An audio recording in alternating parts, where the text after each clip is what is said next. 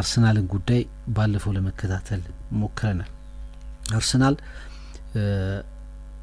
በጣም ያለቁ ዝውውሮች የሚባሉ አሉት። ወደ የወጡም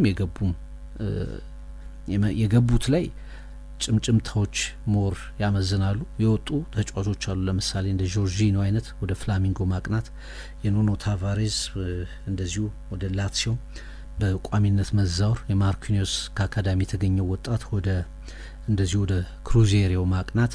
ከዛ ውጪ የቶማስ ፓርቴ ጉዳይ ባርሰሎናን ጨምሮ ቶማስ ፓርቴ እንደዚሁ ሊሰናበት ይችላል የሚሉ ሀሳቦች አሉ። ራሂም ስተርሊንግ፣ ናይቶ ወደ ቋሚ ክለቦቻቸው ይመለሳሉ። በውሰት የመጡ ተጫዋቾች ናቸው። ከዛ ውጭ ግን እንደ ጃኮብ ኪዌር፣ አሌክዛንደር ዚንቼንኮ፣ ፋቪዮ ቪዬራ፣ ሬስ ኔልሰን፣ ማርከስ ማጉናን ጨምሮ በርካታ ተጫዋቾችን አርሰናል ያጣል ተብሎ ነው የሚጠበቀው። ግን እስካሁን አርሰናል አጠናቆታል የሚባለው ዝውውር የዙቢሜንዲና ከፓሪዝ ባላጋን ጉዳይ ነው። ግን በከፍተኛ ሁኔታ የተጠናቀቁ ነገሮች የሉም። አዲስ የስፖርት ዳይሬክተር አምጥቷል። እንደሚታወቀው አንድሪያ ቤርታን በዚህ የዝውውር መስኮት ላይ በተጠና ሁኔታ የሚድፊልድ ጉዳዩን፣ የማጥቃት ጉዳዩን፣ አጠቃላይ የስኳድ ደብዙን አርሰናልን በተመለከተ የሚነሱ ጉዳዮችን ለመቅረፍ ትልቅ ተስፋ የተጣለባቸው ሰው ናቸው። እስካሁን ግን በይፋ የተነገረ ነገር የለም። የዙቢሜንዲና የኬፓ ጉዳይ ተጠናቋል የሚሉ ወሬዎች አሉ።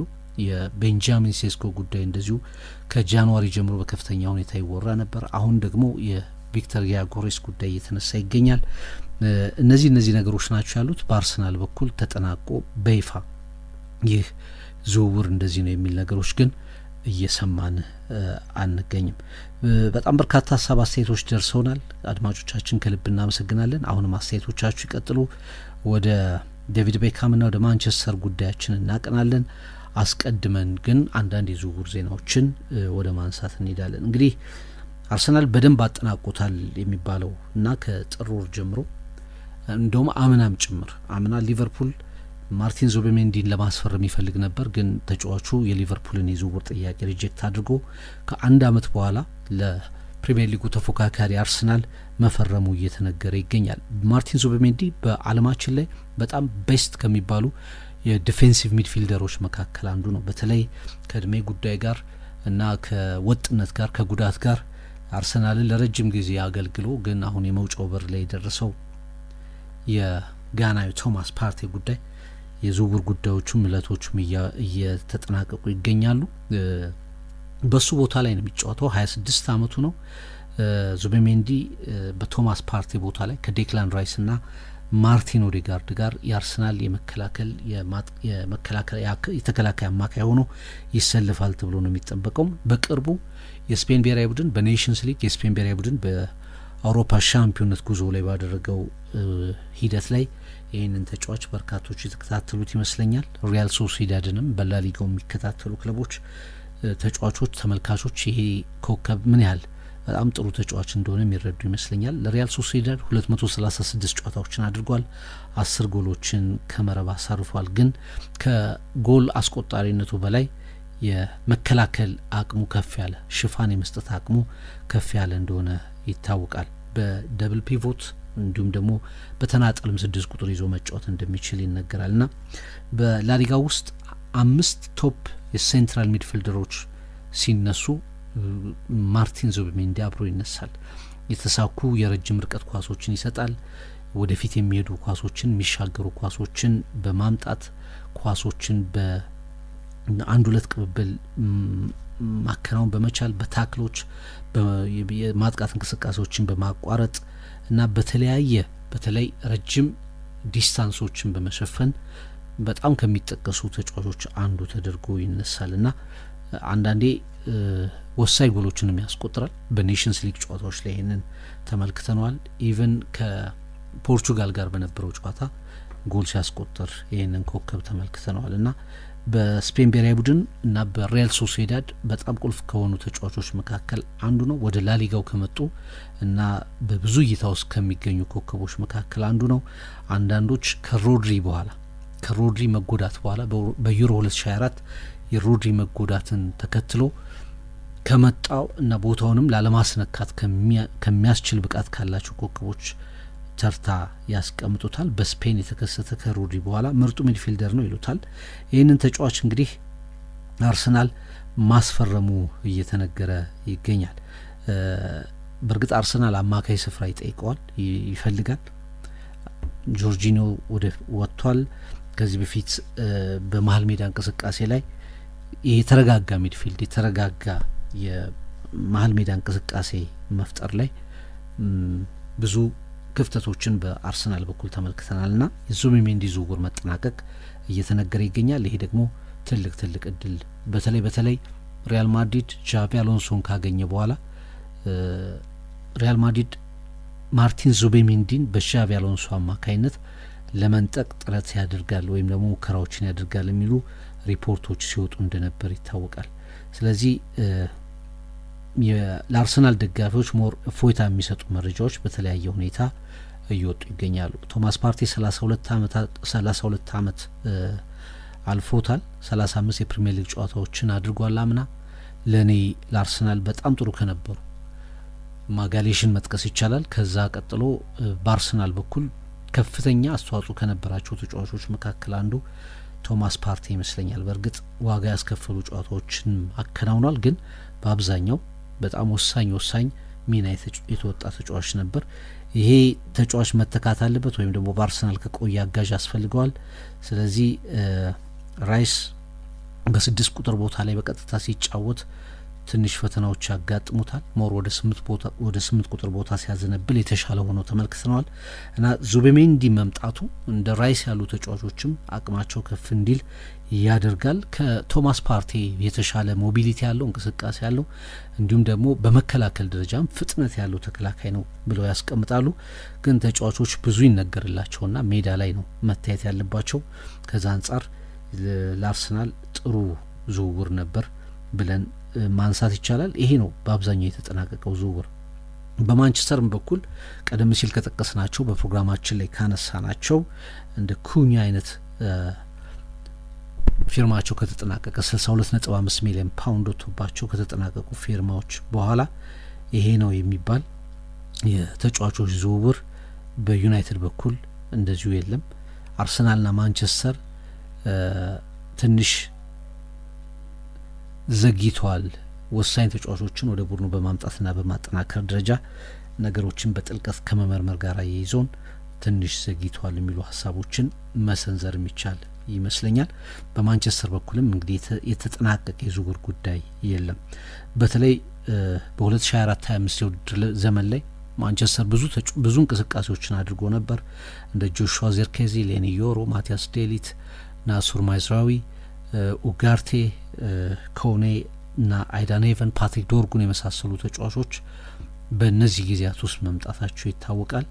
አሁን ሩመሮችና ታርጌቶችን ስንመለከት ከማንቸስተር ጋር የተያዙ በፊት ከሚነሱ ስሞች ጋር የተለወጡ ይመስላሉ። አንደኛው አሁን ከዩናይትድ ጋር እስከ 60 ወይም እስከ 80 ከ60 እስከ 80 ፓውንድ የሚያስወጣ ተጫዋች የአይንትራ ፍራንክፈርቱ የ2 ዓመት የፊት መስመር ተጫዋች ሁጎ ኤኪቲኬን ትኩረት ማድረጉ እየተነገረ ይገኛል። ቪክተር ያኮሬስ የፕራይመሪ ታርጌት ነበር። ነገር ግን አሁን ይህ ተጫዋችም ወደ አርሰናል የመሄድ ፍላጎቱን ማሳየቱን ተከትሎ አሞሪም የስፖርቲንግ ሊዝበን አሰልጣኝ መሆናቸው ጉዳይ አድቫንቴጅ እየተጠናቀቀ ይመስላል።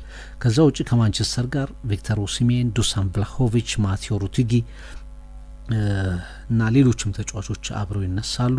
ብሪያን ቤሞ እና ኢዜ የክሪስታል ፓላሱ ኮከብም ከማንቸስተር ጋር ይነሳል። ግን የተጠናቀቁ ዝውውሮችን እየተመለከትን አይደለም። ሁሌም እንደምንለው አንዳንድ ተጫዋቾች ቅድምም አንድ አድማጫችን እንደተናገረ አንዳንድ ተጫዋቾች ጉዳያቸው አሰልች ይሆናል። ለምሳሌ ፎርዋርድ ተጫዋቾች እንደ ቪክተር ኦሲሜን፣ ቤንጃሚን ሴስኮ፣ ቪክተር ያኮሬስ እና ሌሎችም ስማቸው ተደጋግሞ የሚነሳ ግን ንቅንቅ የማይሉ ወይም አሌክዛንደር አይዛክ እያልን የምናነሳቸው እንደዚህ አይነት ነገሮችን ደጋግመን እንሰማለን። የተጠናቀቁ ነገሮችን መመልከት ግን ገና የዝውውር ቀኑ ገና ከመሆኑ ጋር በተያያዘ ትንሽ የተቀዛቀዘ ነው። ለዛም ነው እኛ ሩመሮቹን ብዙ ወደፊት ማናመጣቸው። የዓለም ክለቦች ሻምፒዮና ትናንትና ተከናውኗል። ከምሽት ጀምሮ ቼልሲ ሎስ አንጀለስ ጋላክሲን 2-0 አሸንፏል። ፔድሮ ኔቶ እንዲሁም ደግሞ አርጀንቲናዊ ፈርናንዴስ 2 ጎሎችን አስቆጥሯል። ቦካ ጁኒየርስ ከቤኔፊካ እንደዚሁ ተመጣጣኝ የነበረ ጨዋታ ነበር፣ 2-2 በሆነ ውጤት ተጠናቋል። አስቀድሞ ቦካ ጁኒየርስ በማርቲኔሊና ባታግሊ 2 ጎሎች መምራት ችሎ ነበር። ነገር ግን በፔናልቲ ዲማሪያ በኋላ ደግሞ ኦቶማንዲ ለቤኔፊካ ጎሎችን አስቆጥረው በ2-2 ውጤት ተጠናቋል። ፍላሚንጎ የቱኒዚያውን ኤስፔራንስ የአፍሪካ ተወካይ ከሆኑ ክለቦች መካከል አንዱን ኤስፔራንስን 2-0 በሆነ ውጤት አሸንፏል። ዛሬም ውድድሩ ይቀጥላል። ምሽት 4 ሰዓት ላይ ሪቨር ፕሌት ከኦሯ ሬድ ዳይመንድስ ጋር ይጫወታል። ከዛ ውጪ በምድብ እየተከፋፈለ ጨዋታዎቹ ይቀጥላሉ። እነዚህን መርሃ ግብሮች በተመለከተ ኋላ ላይ ለስንብት ስመለስ አንዳንድ ነጥቦችን እናነሳለን ማለት ነው። ግን በአጠቃላይ ክለቦች ሻምፒዮና ሽልማቱ ወደ 100 ሚሊዮን ፓውንድ አካባቢ ይጠጋል። ለክለቦች ትልቅ ሽልማት ነው። ከፍ ያሉ ክለቦች እስከ ውድድሩ ሴሚፋይናል ወይም ጥሎ ማለፍ ውስጥ የሚገቡ ክለቦች ቀላል የማይባል ሽልማት ያገኛሉ፣ በተለይ አሸናፊዎቹ። ነገር ግን ይሄ ሽልማት የበለጠ በክለቦች መካከል ያለውን ጋፕ ያሰፋል በሚል እየተተቸ ይገኛል። ትልልቅ ክለቦች የበለጠ ትልቅ እየሆኑ ውድድር እያገኙ የሽልማት መጠናቸው ከፍ እያለ ይቀጥላሉ። በየአህጉራቱ በዚህ ውድድር ላይ የሚገኙ ክለቦች ተመሳሳይ ከመሆን ጋር ከሚያገኙት ሽልማት ጋር የበለጠ ተጠናክረው አህጉራዊ ውድድሮቻቸውን አሸንፈው በዓለም ክለቦች ሻምፒዮና ላይ ተደጋጋሚ ክለቦችን እንመለከታለን። በቀሪ አህጉራቸው ላይ በሚቀሩ ክለቦችና በደጋግሞ በሚሳተፉ ክለቦች መካከል ያለው ጋፕ እየሰፋ ይቀጥላል። ይሄ ደግሞ የእግር ኳስ አለመመጣጠንን ያመጣል በሚል ሀሳብ አስተያየቶች እየሰነዘሩበት ይገኛል። ከዛ ውጪ ድግግሞሹ ለምሳሌ ፊፋ የዓለም ዋንጫን በሚቀጥለው አመት ያደርጋል። አንድ አመት ቀድሞ ደግሞ በዓለም ዋንጫ ቅርጽ 32 ክለቦች ያሉበት የተጫዋቾች የክለቦችን ውድድር ደግሞ ያከናውናል። ከዛ የአፍሪካ ዋንጫ፣ አህጉራት፣ የአውሮፓ ዋንጫ እያልን ውድድሮችን ስንጠቅስ ተመልካቾች ለመመልከት በጣም የሚከብድ ተደጋጋሚ እንዲሁም ደግሞ ተጫዋቾች ፊዚካሊ የሚያደክማቸው ለጉዳት የሚደረጋቸውን ጨዋታዎች እንመለከታለን። ይሄ ደግሞ ትልቅ ጉዳት ይኖረዋል በሚል ሀሳቦች የሰነዘሩበት ይገኛሉ። አንዳንዶች ውድድሩ በደንብ ያልታየው አሜሪካ ስለሆነ ነው ይላሉ። አንዳንዶች ደግሞ ከጥሎ ማለፉ በኋላ ጥቂት ምርጥ ክለቦች ስለሚቀሩ ያኔ የተሻለ ውድድር የተሻለ ተመልካች እናገኛለን እያሉ ሀሳብ ይሰጣሉ። ውድድሩ ቀጥሏል። የትኞቹ ሀሳቦች ጎልተው ይወጣሉ የሚለውን ግን በሂደት አብረን የምንመለከተው ይሆናል ማለት ነው። የክለቦች ሻምፒዮና ዛሬ ከሚደረጉ ውድድሮች ውጪ ኢንተር እንደዚሁ ከሞንቴሪ ይጫወታል። ሜሜሎዲ ሰንዳውንስ ከኡልሳን ሃዩንዳይ በቀጣይ ጨዋታ ያከናውናሉ። ማንቸስተር ሲቲ ከዋይዳድ ካዛብላንካ፣ ሪያል ማድሪድ ከአልሂላል የሚያደርጓቸው ጨዋታዎች አሉ። በአንዳንድ ክለቦችና በተጋጣሚዎቻቸው መካከል ያለው ጋፕ ሰፊ ስለሆነ ልክ ባየር ሚኒክ ከኦክላንድ ሲቲ ጋር እንደነበረው የጨዋታ ልዩነት በሰፊው ውጤቶች በሰፊ ጎሎች የሚጠናቀቁ ነገሮችን እንዳንመለከት ከወዲሁ ስጋት አለ። ግን ውድድሩ ይቀጥላል። የትኞቹ ሀሳቦች፣ የትኞቹ ትችቶች፣ የትኞቹ ጉዳዮች ጎልተው ይወጣሉ የሚለውን አብረን የምንመለከት ይሆናል ማለት ነው። በተከታዩ ፕሮግራም በቀጥታ እንሰናበታለን። ዴቪድ ቤካምን ይመለከታል ማለት ነው። ከሰሞኑ የኦርደር ኦፍ ብሪቲሽ ኢምፓየር ሽልማትን አግኝቷል። ዴቪድ ቤካም በጣም ታዋቂ ከነበሩ ግሎባል አይከን መሆን ከቻሉ በእግር ኳስ ውስጥ በጣም ተወዳጅ እግር ኳስን ተጽዕኖ ፈጥረዋል ከሚባሉ ኮከቦች መካከል አንዱ እንደነበር ይታወቃል። የክላስ ኦፍ 92 አባል ነው። ከማንቸስተር ዩናይትድ የወጣቶች አካዳሚ ተገኝቶ ከኖሪያን ጊግስ፣ ፖል ስኮልስ እንዲሁም ደግሞ ከጋሪ ኔቪል፣ ፊል ኔቪል ጋር የማንቸስተር ዩናይትድን የሀያልነት ዘመን እንዲቀጥል ካደረጉት ኮከቦች መካከል አንዱ ነው። ከ1995 ጀምሮ በማንቸስተር በጣም ታዋቂ ነበር። 6 የፕሪሚየር ሊግ ዋንጫዎችን፣ 2 የኤፍኤ ካፕ እንዲሁም ደግሞ በጣም ታዋቂውን የማንቸስተር ድል የ1999ን የካምፕ ኑ ባየር ሚኒክን ባለቀ ሰዓት አሸንፈው ሻምፒዮን የሆኑበትን የቻምፒየንስ ሊግ ድል ከመሩ ኮከቦች መካከል አንዱ ነው። 2003 ላይ ጋላክቲኮ ሆኖ ወደ ሪያል ማድሪድ ሊያቀና አካባቢ ከሰር አሌክስ ፈርጉሰን ጋር የተጣላበት አጋጣሚ በከፍተኛ ሁኔታ በሚዲያ ሽፋን ካገኙ ክስተቶች አንዱ ተብሎ ይወሳል። በኋላ ወደ ሎስ አንጀለስ ጋላክሲ ሄዶ ተጫውቷል። በፓሪስ ሰን ጀርመን በኤሲ ሚላን ተመልክተነዋል በተለያዩ ሚናዎች። አሁን ደግሞ ከእግር ኳስ ሳይርቅ ግን በንግስናው ላይ እንዳለ ሆኖ ቀጥሏል።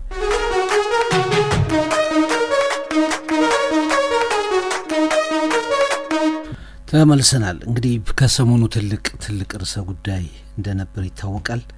በስፖርቱ ዓለም ያው ገለቴ ማናት የሚለው በተለይ በሁለት አስርተ ዓመታት ጉዞ ውስጥ በኢትዮጵያ አትሌቲክስ ታሪክ ውስጥ በከፍተኛ ሁኔታ ከአጭር ዲስታንስ እስከ ረጅም ከአጭር ርቀት እስከ ማራቶን ድረስ በብዙ ርቀቶች ላይ የሮጠች ክሮስ ካንትሪ፣ የትራክ ላይ ውድድር፣ የዓለም ሻምፒዮና፣ የአፍሪካ ሻምፒዮና እንደዚሁ ኦሊምፒክን ጨምሮ አሉ የሚባሉ ውድድሮች ላይ የነበረች በጽናት ያለ ጉዳት በኢትዮጵያ አትሌቲክስ ውስጥ በየትኛውም ውድድር ላይ ከታዩ አትሌቶች መካከል አንዷ እንደነበረች ይታወቃል። ስለዚህ የሜዳ ላይ ገድሏ በትሪቡን ብቻ ሳይሆን በፊት በምንሰራባቸው ሚዲያዎች ላይ ሁሉ በከፍተኛ ሁኔታ ሸፍነነዋል። ኮፈሌ ኦሮሚያን የተወለደችው ኃይሌ ገብረስላሴ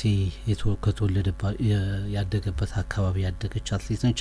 በ2006 በክሮስ ካንትሪ በአጭር ኮርስ የነሐስ ሜዳሊያ በማግኘት በተለይ ወደ ኢትዮጵያ የአትሌቲክስ መድረክ ብቃለች። ከዛ በኋላ ግን ገለቴ በ1500 ሜትር በኢንዶርም በአውትዶርም በነበሩ ውድድሮች ላይ በከፍተኛ ብቃት ስትወዳደር እናስታውሳታለን። በተለይ 2008 የወርቅ ሜዳሊያ በዓለም የቤቶች ሻምፒዮና በ1500 ሜትር የወርቅ ሜዳሊያ ካመጣች በኋላ በከፍተኛ ሁኔታ ትልቅ ትኩረት እያገኘች መጣች። ኋላም 2010 ላይ በ1500 ሜትር ኢንዶር ሻምፒዮና ላይ የብር ሜዳሊያ አገኘች።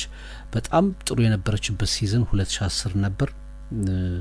ወደ አውትዶር በተለይ ወደ ዓለም ሻምፒዮና በርሊን ጀርመን በተከናወነ የዓለም ሻምፒዮና ላይ ግን በከፍተኛ ሁኔታ ስትጠበቅ በመጨረሻው ላፕ ላይ በመጨረሻው ዙር ላይ በማርታ ዶሚኒጌዝ በስፔናዊቷ አትሌት ተጠልፋ መጨረሻ ላይ በመውደቋ ምክንያት የተጠበቀችበትን ወርቅ ማጣቷን አሁን አይዞሽ ገለቴ የሚባለው ትሬንድ ወይም ደግሞ አባባል ያን የመፈጠሩ እናስታውሳለን። ትሪቡን ይህንን ቃል ብቻውን ወስዶ ዶክመንተሪ ማዘጋጀቱ ይታወሳል። ከዛ በኋላ ወደ ረዘም ወዳሉ ውድድሮች ኢንክላይን አደረገች፣ አተኮረች። ወደ 5000 ሜትር 10000 ሜትር ድረስ መሮጥ ጀመረች ገለቴ። 2015 የቻይናዋ ቤጂንግ የዓለም አትሌቲክስ ሻምፒዮናን ስታዘጋጅ የብር ሜዳሊያ በ10000 ሜትር በማግኘት ፖቴንሻሏ ይሄ አቅሟ በጣም ሰፊ እንደሆነ እንደገና አረጋገጠች። ከረጅም ጊዜ በኋላ በትልቅ ርቀት ላይ እንደገና ወደ ትራክ በመምጣት በከፍተኛ ሁኔታ አቅም እንዳላት አስመሰከረች። በአፍሪካ ሻምፒዮናዎች በኦል አፍሪካ ጌምስ ላይ እንዲሁ ደግሞ በትልልቅ አፍሪካን ወክለው ደግሞ በአህጉራዊ ውድድሮች ላይ በነበሩ ውድድሮች ላይ እንደዚሁ ተሳትፏና ሜዳሊያ ማግኘቷም ይታወሳል።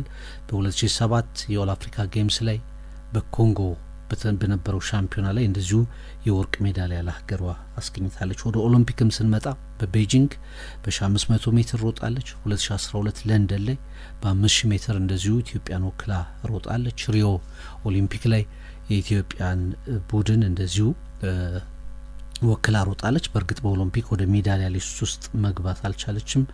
ግን በከፍተኛ ሁኔታ ውድድር ባለ ቁጥር ሚኒማም ሟልተው ከፊት ከሚገኙ ለረጅም ጊዜ ከሮጡ አትሌቶቻችን መካከል አንዷ እንደሆነች ይታወሳል።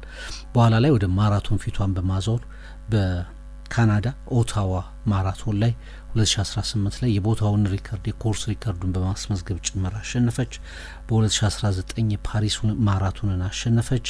እንደዚሁ በዱባይ ማራቶን ማሸነፏ ይታወሳል። እንግዲህ የማራቶን ውድድሮች ሽልማቶችን ማወቅ በሀገር አቀፍ ውድድሮች የተገኙ ሽልማቶችን ከግምት ማስገባት ነው እና እነዛ ሁሉ አሁን ዋጋ የላቸውም ምንም ነገር የለም ወደሚል ነገር መታ ገለቴን ስንመለከት በአብዛኛው ማህበረሰብ ዘንድ ከፍተኛ መነጋገሪያ ቢሆን ብዙ አያስገርምም። እንግዲህ እሷ ያው ከ11 ቤቶች 10 ተሽጧል መሬት ጨምሮ 10 ተሽጧል፣ ከ5 መኪኖች 4 ተሽጧል የሚሉ ሀሳቦቿን በሰይፉ ፕሮግራም እንዲሁም በሌሎች ፕሮግራሞች ከተናገረች በኋላ እንደገና ባለቤቷ ቀርቦ ደግሞ የተባሉት ነገሮች ሀሰት መሆናቸውን ለማስረዳት ጥረት አድርጓል። የኢትዮጵያ አትሌቲክስ ፌዴሬሽን አትሌቶች ማህበር ተወካዮች መግለጫ ሰጥተውበት እንደነበር ይታወሳል። ከኢትዮጵያ ስፖርት ሚዲያዎች ውጭም በተለያዩ ፕሮግራሞች ላይ ማስረጃዎች እየተባሉ የሚለቀቁ ፕሮግራሞች፣ ኢንተርቪዎች ቀጥለዋልና ነገሩን በፍጥነት አትሌቷ ባለፉት 20 ዓመታት በአጠቃላይ ከ2000 ጀምሮ ሮጣለች። ወደ 20 የሚጠጋ ዓመታት ላይ በከፍተኛ ደረጃ ሀገሯን አገልግላለች። በክሮስ ካንትሪ፣ በትራክ፣ በሮድ ሬስ ከፊት ከሚመጡ በዓለም ኢንዶር ሻምፒዮና፣ በዓለም ሻምፒዮና የብር ሜዳሊያ ጨምሮ የኦሊምፒክ ፋይናሊስት የሆነች አትሌት እንደሆነች ይታወቃልና በማራቶንም ስኬታማ ነች። የመጨረሻ የአትሌቲክስ ዘመኗ ላይ ትገኛለች፣ ወደ መጨረሻው። ይህንንም ደግሞ በጥሩ ሁኔታ እንዳታከናውን በህይወት ያጋጥማት ፈተና ትልቅ ተግዳሮት እንደሆነባት ተናግራለች። በቀጥታ በፍርድ ቤት የተያዙ ጉዳዮች ላይ ቀጥተኛ አስተያየቶች መስጠት የምንችልበት አጋጣሚ አይደለም፣ ግን የገለቴን ታሪክ ተንተርሰን ብዙ አስተማሪ ሀሳቦችን ባለፈው ከባልደረባ ኤፍሬም ኤማነ ጋር መስጠታችን ይታወሳል። አትሌቶቻችን ወደ ትልልቅ ኢንቫይሮንመንት ሲመጡ በተለይ ከገጠር በቀጥታ ነው የሚመጡት። ባሉበት አካባቢ የስነ ልቦና አማካሪዎች የሉም፣ አሰልጣኞችም ጭምር የሉም፣ ትራክ የለም። ስለዚህ በቀጥታ እድል ለማግኘት ሲሉ ወደ አዲስ አበባ ይመጣሉ፣ ከፍ ወዳሉ ከተሞች ይመጣሉ። ሲመጡ ከትምህርት፣ ከቋንቋ፣ ከባህል ለውጥ እና ሰፊ ኢንቫይሮንመንትን ከመቀላቀል ጋር በተያያዘ የሚያማክራቸው አካል የለም እና በቀጥታ አንዳንዴ በደንብ ላልተጠኑ ውሳኔዎች ይጋለጣሉ።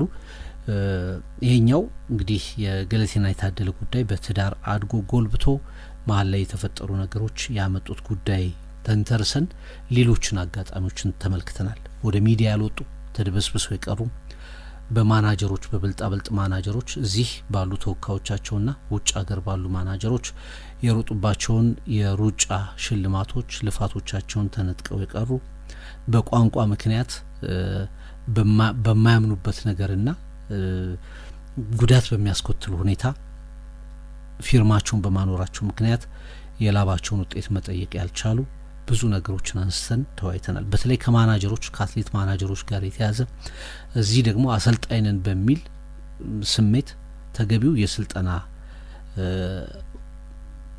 ማሟላት የሚገባቸውን ነገር ሳያሟሉ ግን አትሌቶቹ ላይ በማተኮር ብቻ የትም መድረስ የሚችሉ አትሌቶቻችን በተለያዩ ሰበቦች ከትልልቅ መድረኮች እንዲቀሩ ያደረጉ አጋጣሚዎችን በስፋት አንስተናልና አሁን የገለቴ ጉዳይ በሚያልቅበት መንገድ ያልቃል። ሽምግልናው በታደለም በሷን በኩል በመልካም ሁኔታ የታየ ነው።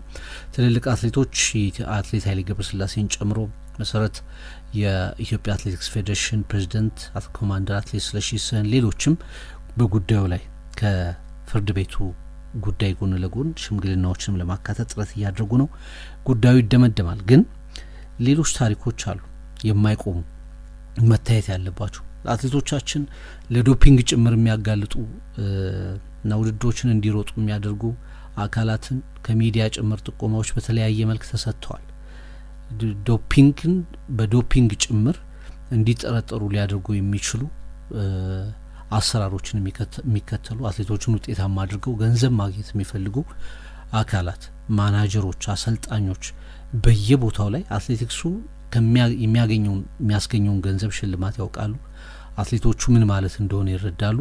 ያንን ለመጠቀም ደግሞ ከጀርባ ብዙ ነገሮች እንደሚሰሩ ከዚህ በፊት በተለያዩ መልኩ ተገልጿል። ይህንን የሚከላከል አካል፣ ይህንን የሚጠብቅ አካል ከእንደዚህ አይነት የገለቴ ታሪኮች ብዙ ነገሮችን ወስዶ ቀጣይ ተጎጂዎችን ለማዳን ጥረት ማድረግ ያስፈልጋል።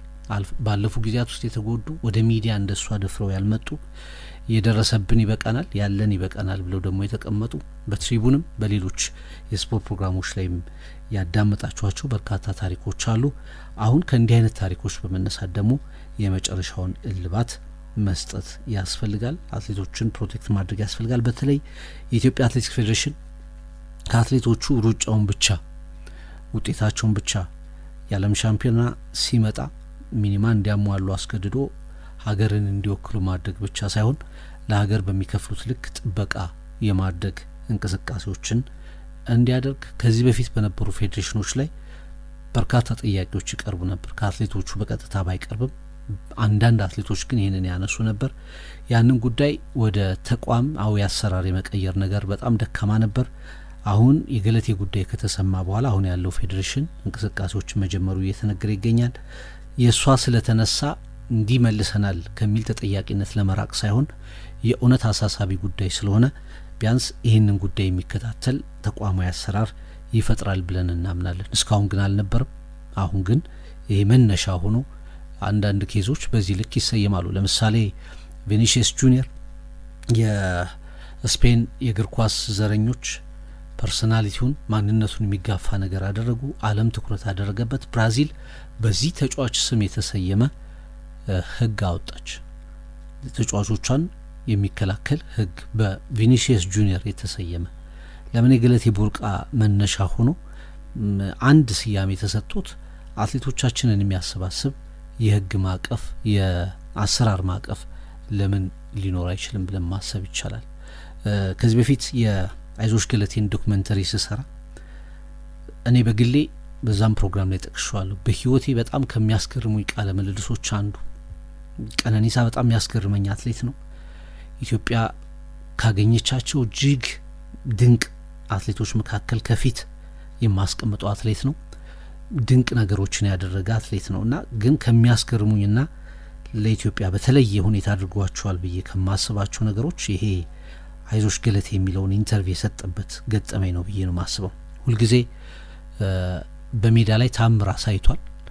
ለምሳሌ 2010 ሁሉም አትሌቶቻችን በጣም የሚጠበቁ አትሌቶቻችን ጉዳት ላይ ነበሩ። ጥሩነሽ በዛ የዓለም ሻምፒዮና ላይ አትሮጥም ነበር። ቀነኒሳ የዳይመንድ ሊጎች ውድድሮችን ሮጦ ነበር፣ ጉዳት ነበረበትና ወደ ዓለም ሻምፒዮናው ለማቅናት የመቻሉ ነገር አጠራጣሪ ነበር።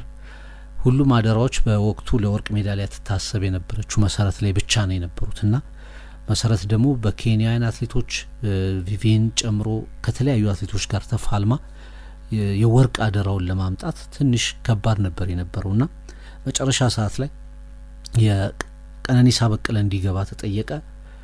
ገብቶ ከነበርናንድ ላጋት ጋር 5000 ሜትርን 10000 ሜትርን ከነዘር ሰናይ ጋር ተፋልሞ 2 የወርቅ ሜዳሊያዎች አገኘ። ያ ወርቅ ብቻ ነው የኢትዮጵያ ወርቅ ሜዳሊያ በበርሊን ዓለም አትሌቲክስ ሻምፒዮና እና ያ ትሬንድ ያ ኢንተርቪው ነው በግሌ በጣም ከሚያስገርሙኝ በጣም ከሚያስደንቁኝ ኢንተርቪዎች መካከል አንዱ በላይቭ ስርጭት ላይ ሆኖ አቋርጦ ገለቴ ተጎርታ ስታለቅስ ስትገባ የሚናገረው ኢንተርቪው ነበርና በአንድ አጋጣሚ ላይ የሆነ ብራንድ አድርጎ የመጠቀም መደጋገፍን አትሌቶቻችን በተለያየ ትዕይንት ላይ ይደጋገፋሉ። ለምሳሌ ቀነኒሳ ስለሺ ኃይሌ በአቴንስ ያሳዩት ቴዲ አፍሮ ያንን ሙዚቃ የማይረሳ ቀነኒሳ አንበሳ የሚለው ሙዚቃ ያቀነቀነበት የማይረሳ ትዕይንት አለ።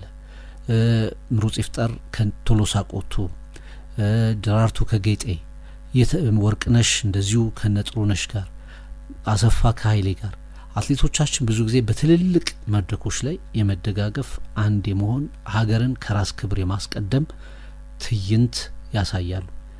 ሁሉ ነገር ጠቅልሎ ግን የሚገልጸው ቃል አይዞሽ ገለቴ የሚለው ይመስለኛል። በዛ ቃል እንኳ የአትሌቶቻችን መረዳዳት የሚገልጽ አንዲት ተግባር እንዲፈጸም ያስገባነውን አንድ እቅድ ብዙ ተቀባይነት ሳያገኝ ቀርቷል። በዶክመንተሪዎቻችን ግን ቢያንስ ህብረተሰቡ የማሾፍ የአይዞሽ ገለቴ የሚለው ቃል አላስፈላጊ ነገሮችን የመነጋገር እንዳይሆን በዶክመንተሪዎቻችን ግን በትሪቡን በተቻለ መጠን ደጋግመን የሰራነው ነገር አሁን ውጤታማ የሆነ ይመስለኛል በግሌ እና አትሌቶቻችን ይሄ መደጋገፋቸውን በህይወታቸው ጉዳዮች ላይ ማምጣት አለባቸው። የግል ጉዳዮች አሉ። በእርግጥ ሰዎች በራሳቸው መንገድ የሚወስናቸው ራሳቸው ተጠያቂ የሚሆኑባቸው የግል ጉዳዮች አሉ። ግን አንዳንዴ ደግሞ አትሌቶቻችን ዝም ብሎ ማን እንደ ኢትዮጵያ ሀብትም ስለሚቆጠሩ የግል ውሳኔዎቻቸውን እንዲወስኑ የሚወስኗቸው ውሳኔዎች ትክክል እንዲሆኑ የሚያደርጉ ድጋፎችን ግን ማድረግና ማቅረብ ይቻላል የሚል የግል እምነት አለኝ። ይሄንን በማማከር አሰልጣኞቻቸውን እታች ወደሚሮጡባቸው ቦታዎች መውሰድ፣ የስነ ልቦና ምክሮችን ማድረግ በቀላሉ ሊሰሩ የሚችሉ ስራዎችን መስራት የሚያስፈልግ ይመስለናል። ለዚህ ደግሞ አትሌቶቹም ጭምር ተባባሪዎች መሆን ይኖርባቸዋል።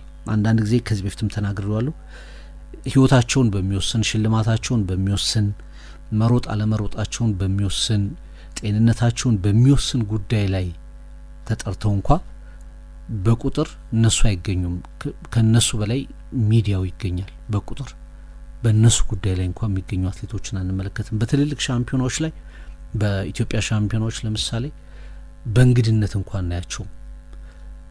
በተወዳዳሪነት አክቲቭ የሆኑ ተወዳዳሪዎች አንመለከታቸውም። ግን አንዳንዴ ደግሞ የጨረሱ እና አትሌቲክስ ላይ ያሉ አትሌቶችን መድረኩ ላይ ተገኝተው ደግሞ ለተከታዮቹ ባሪያነት መልክ ሀሳብ ለማስተላለፍ ሲተባበሩ አንመለከታቸውም። እና እንዲህ አይነት ነገሮች መነሻ ሆነው አትሌቲክስ ላይ የሚያጋጥማቸውን ፈተና ከስር ከመሰረቱ ለመቅረፍ የሚችሉበት አጋጣሚ እንዲሆን ጥሪያችንን እናቀርባለን። በሁለቱም ሳይድ እንግዲህ ከበርካታ ሚዲያዎች በርካታ ነገሮችን ሰምታችኋል። ሁለቱም ታሪኮች ከግምት ውስጥ ገብተው በተለይ እነሱ የኖሩበት ዘመን ይበልጣል፣ የሁለቱ መታወቅ ይበልጣል። የሀገራዊ ሽምግልና ሴቶችን ደግሞ ከግምት አስገብተው ሁለቱንም አሸናፊ በህይወት አሸናፊ የሚያደርጉ ውሳኔዎችን እንዲወስኑ ግን ምኞታችንን እንገልጻለን።